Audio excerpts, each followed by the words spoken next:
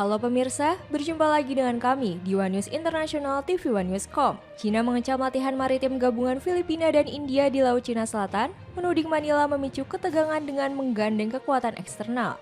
Beijing mendesak Filipina menghentikan provokasi dan kembali ke jalur dialog. Informasi lainnya, serangan drone Ukraina kembali menghantam wilayah Rusia, memicu kebakaran di kilang minyak Avivsky, Krasnodar. Fasilitas energi strategis ini sudah beberapa kali menjadi target sejak invasi 2022. Selengkapnya hanya di One News International.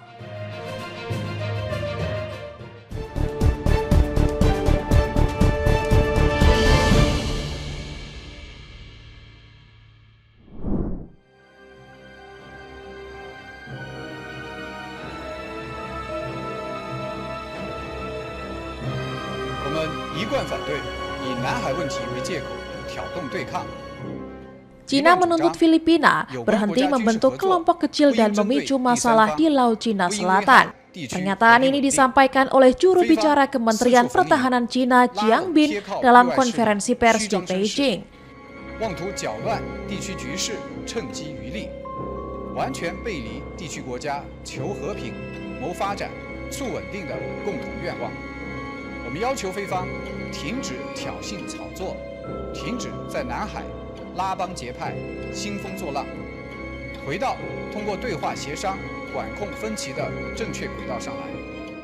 Jiang menanggapi latihan maritim gabungan antara Angkatan Laut Filipina dan India di dekat Huangyandao. Ia menyebut China menolak segala upaya yang memanfaatkan isu Laut Cina Selatan untuk memprovokasi konfrontasi.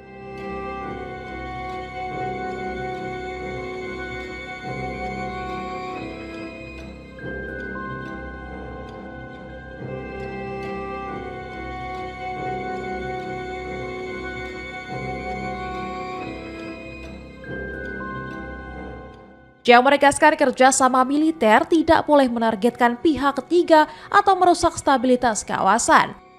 Ia menuduh Filipina menggandeng kekuatan eksternal untuk mengintimidasi pihak lain. Menurut Jiang, tindakan Filipina hanya mencemari perairan kawasan demi keuntungan sendiri. Ia menyebut langkah Filipina bertentangan dengan semangat perdamaian dan pembangunan negara-negara kawasan.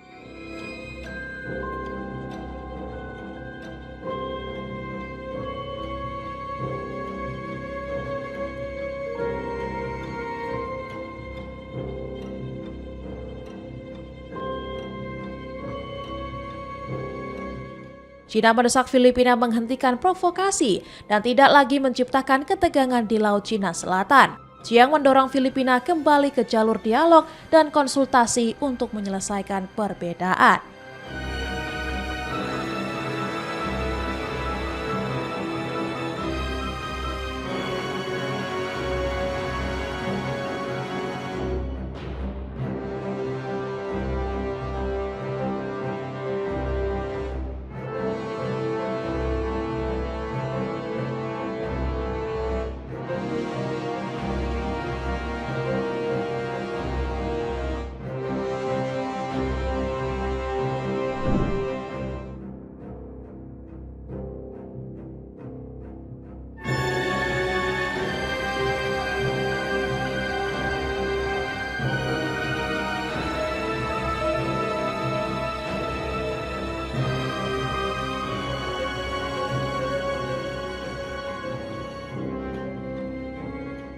Jerman kembali bersuara soal ketegangan nuklir antara Rusia dan NATO.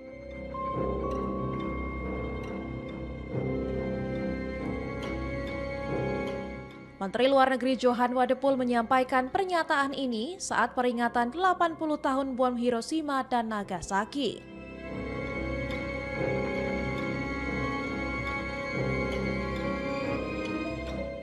Ia menegaskan bahwa perang nuklir tidak bisa dimenangkan dan tidak bisa dilawan bila terjadi.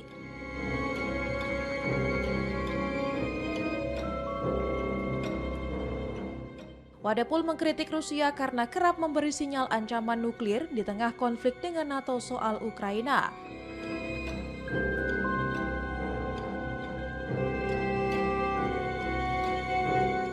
Ia menyebut sikap Rusia sebagai bentuk pemerasan nuklir yang merusak aturan keamanan global.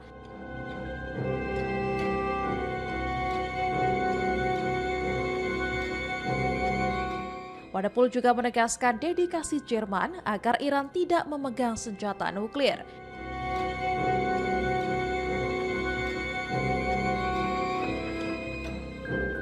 Kekhawatiran terhadap program nuklir Iran meningkat, apalagi setelah Teheran meminta bantuan Rusia usai diserang Amerika Serikat dan Israel.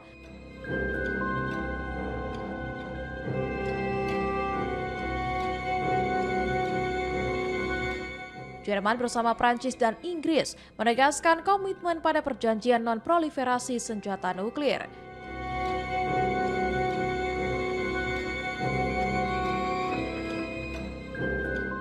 Iran mengklaim program nuklirnya untuk energi sipil, namun dituding memperkaya uranium melebihi batas wajar.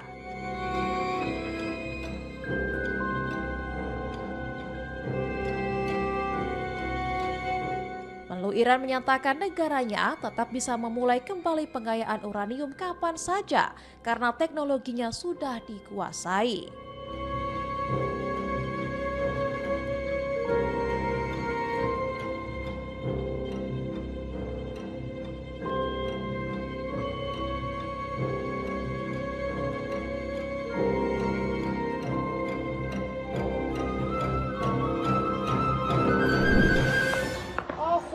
Смотри, прям в середину.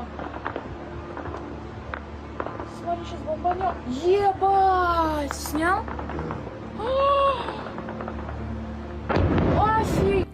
Kota-kota di Rusia kembali kebobolan oleh serangan pesawat tak berawak Ukraina.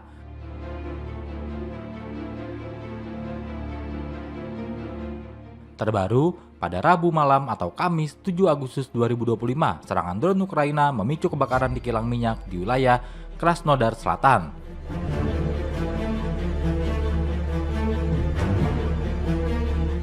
Pusat Krisis Regional melaporkan kebakaran terjadi di kilang Avivsky yang terletak tepat di selatan ibu kota regional.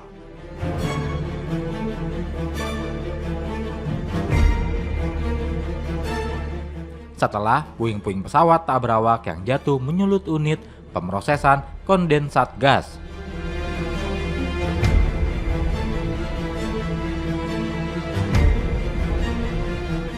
Tim tanggap darurat berhasil memadamkan api pada pukul 8:21 waktu setempat.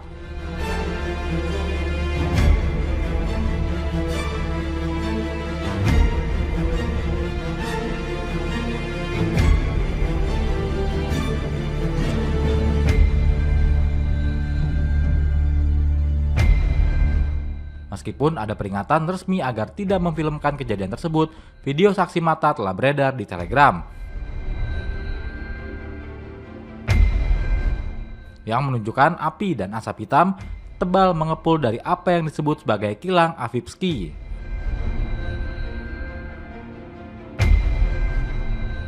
Saluran berita Telegram Astra melaporkan, pesawat tak berawak juga menyerang lokasi militer di kota terdekat Slaviansk na Kubani.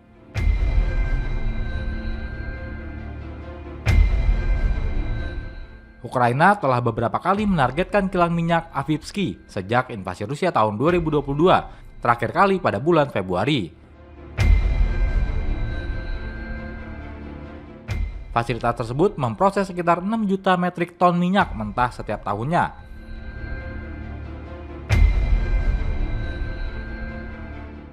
Infrastruktur energi tetap menjadi target utama kedua belah pihak karena mereka berupaya melemahkan kemampuan masing-masing di masa perang.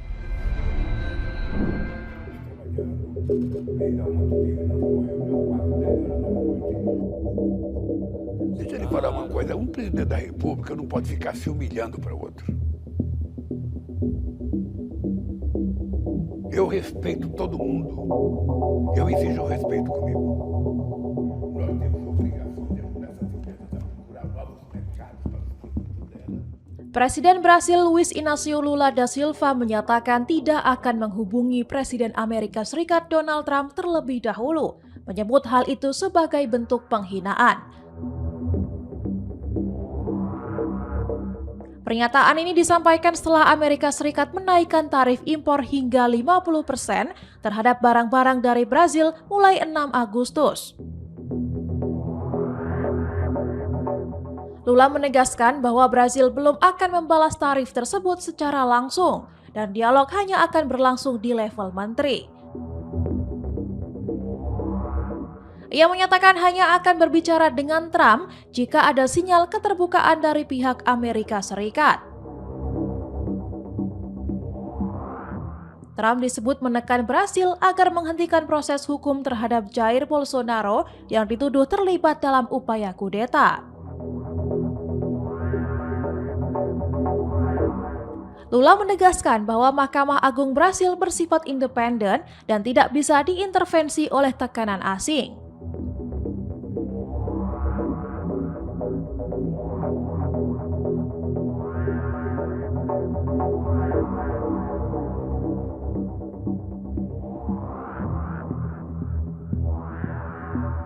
Ia menyebut intervensi Trump lebih besar dari peran Amerika Serikat dalam kudeta militer Brasil tahun 1964 dan tidak akan ditoleransi.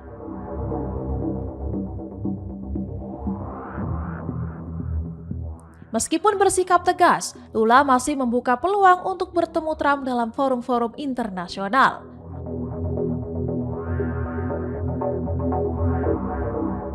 Pemerintah Brasil juga sedang menjajaki dukungan terhadap sektor domestik serta respon bersama dengan negara-negara BRICS.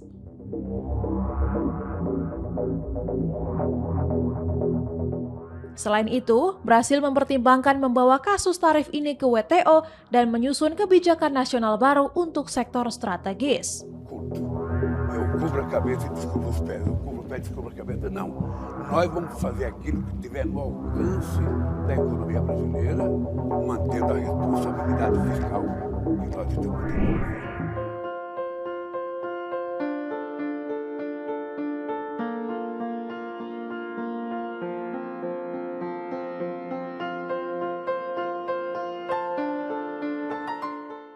Ketika Muhammad Akram 45 tahun ditangkap di tempat kerjanya di Iran, ia tidak menyangka bahwa itu akan menjadi terakhir kalinya ia bertemu keluarganya.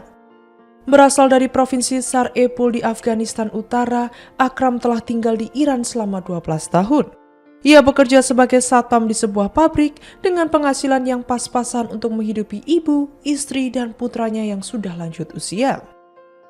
Hidup di Iran memang jauh dari mudah, tetapi mereka selalu bersama dan itulah yang membuatnya terasa lebih mudah.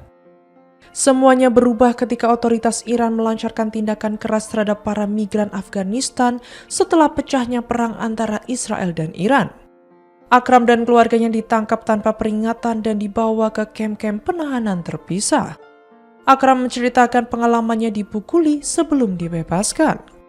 Ia mengaku dikurung di dalam kamar mandi, diserang berulang kali, lalu dibuang di perbatasan hanya mengenakan celana panjang, harta benda, uang, dan harga dirinya dilucuti.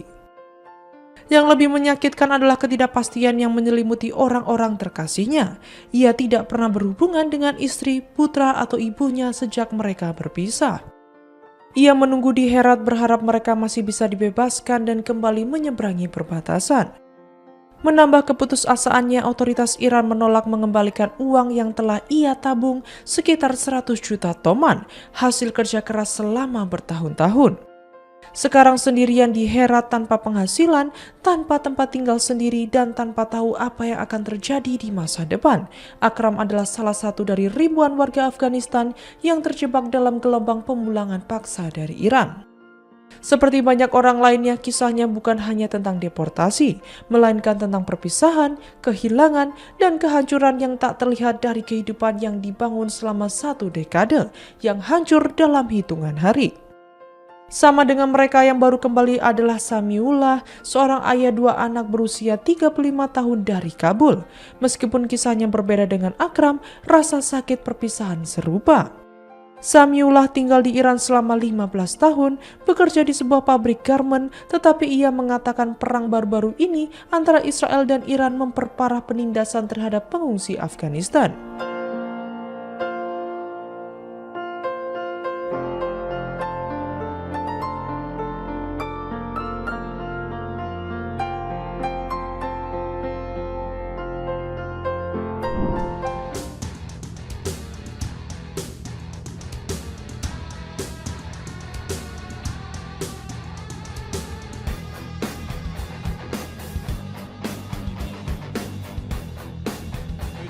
aksi pemerintah Cina menghadirkan ketakutan yang besar bagi pemerintah Inggris. Aksi Cina itu terkait rencana mereka membangun mega embassy di kota London, Britania Raya. Mega embassy yang dimaksud adalah kompleks kedutaan besar yang dirancang dengan skala luar biasa besar, mencakup berbagai fasilitas diplomatik, perumahan, dan pusat budaya.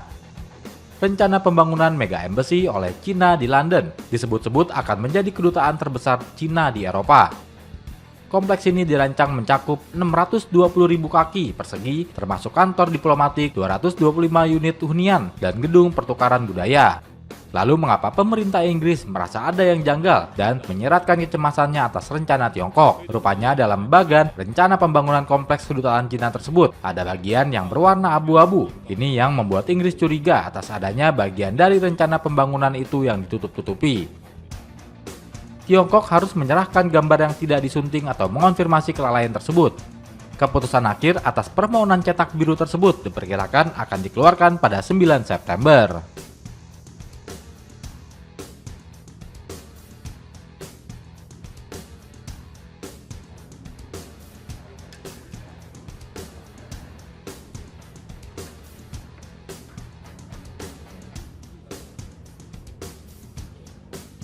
我们注意到这一积极举措，推动人员往来便利化，符合各方共同利益。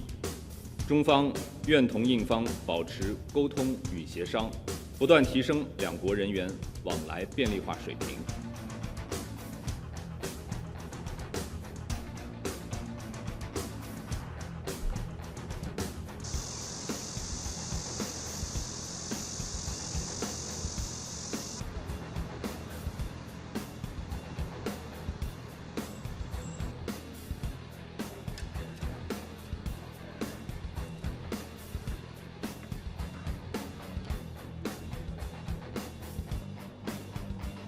我们注意到这一积极举措，推动人员往来便利化，符合各方共同利益。中方愿同印方保持沟通与协商，不断提升两国人员往来便利化水平。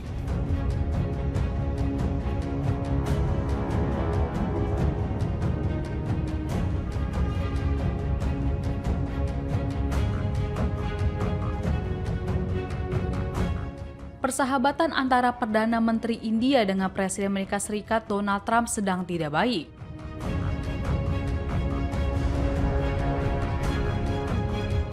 Padahal, keduanya pernah dikenal karena persahabatan mereka yang hangat, termasuk berbagi pelukan erat hingga saling memuji.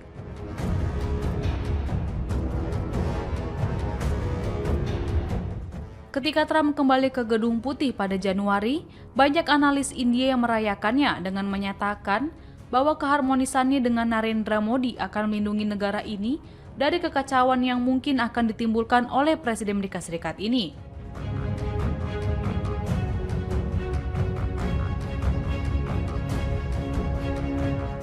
Bahkan, pada Februari, Modi menjadi salah satu pemimpin dunia pertama yang mengunjungi Trump di Gedung Putih.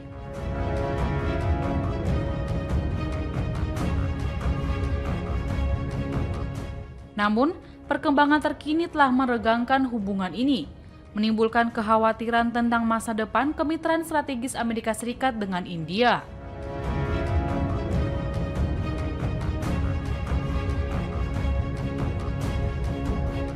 Lantas, apa yang membuat hubungan persahabatan antara Trump dengan Narendra Modi menjadi retak?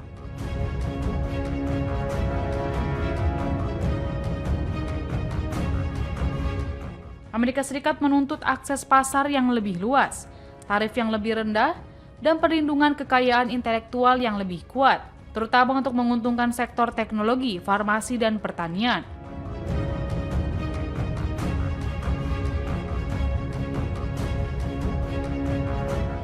Namun, India menolak tekanan-tekanan ini dengan alasan bahwa membuka pasarnya terlalu luas dapat merusak industri dalam negeri dan petani kecil.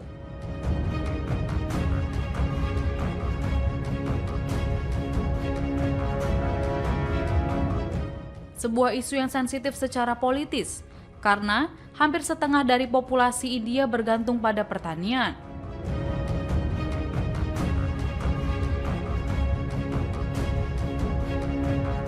Kemudian, setelah Trump memberlakukan tarif pada hampir semua mitra dagangnya, negosiasi perdagangan terhenti karena ketidaksepakatan tentang aturan e-commerce, aliran data digital, dan kontrol harga pada perangkat medis.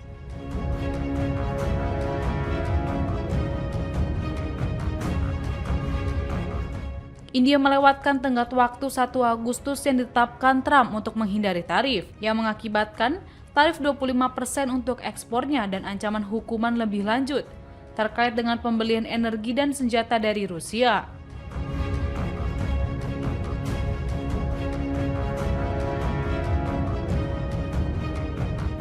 Trump juga melontarkan komentar tajam tentang ekonomi dan kebijakan perdagangan India. Bahkan, menyebut ekonomi India mati dan menuduhnya mengambil untung dari pembelian minyak Rusia.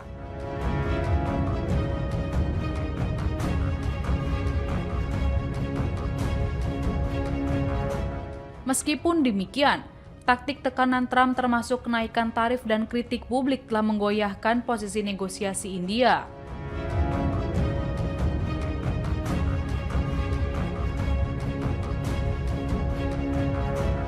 Hubungan pribadi yang terjalin erat antara Modi dan Trump kini tampak dibayangi oleh perbedaan geopolitik dan ekonomi yang semakin besar.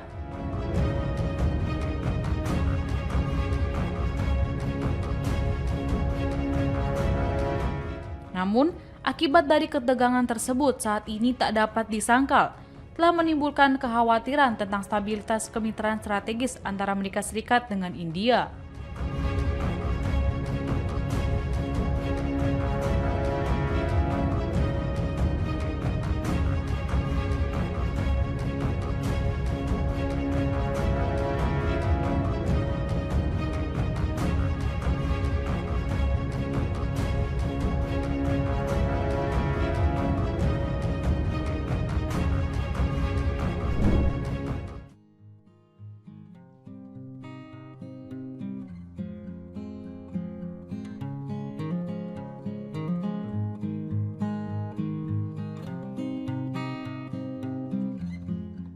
Bursa saham Taiwan dibuka naik 127,69 poin ke level 24.131,46 pada Jumat pagi, menunjukkan optimisme investor. Kenaikan indeks didorong oleh kepercayaan investor pada kekuatan sektor teknologi Taiwan.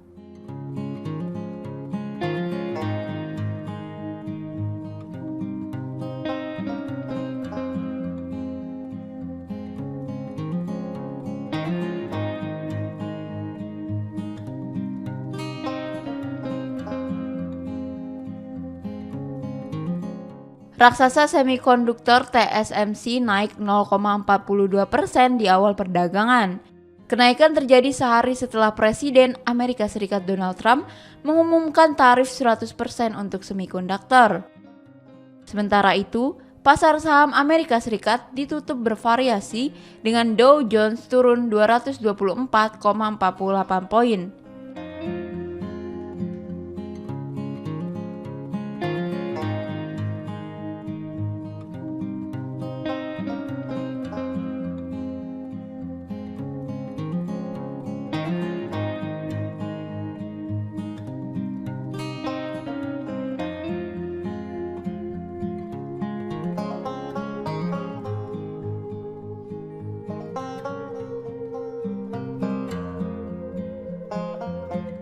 Philadelphia Semiconductor Index di Amerika Serikat naik 1,5%, menunjukkan optimisme investor terhadap saham semikonduktor.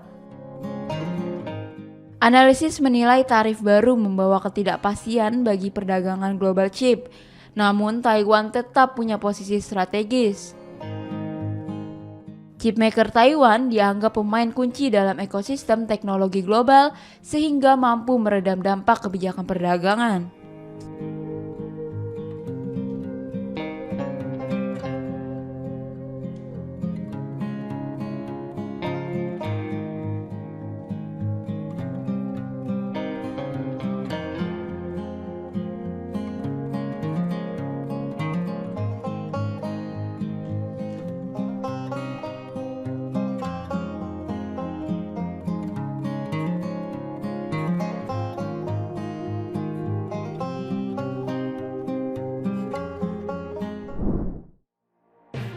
Demikian informasi yang dapat kami sampaikan pemirsa.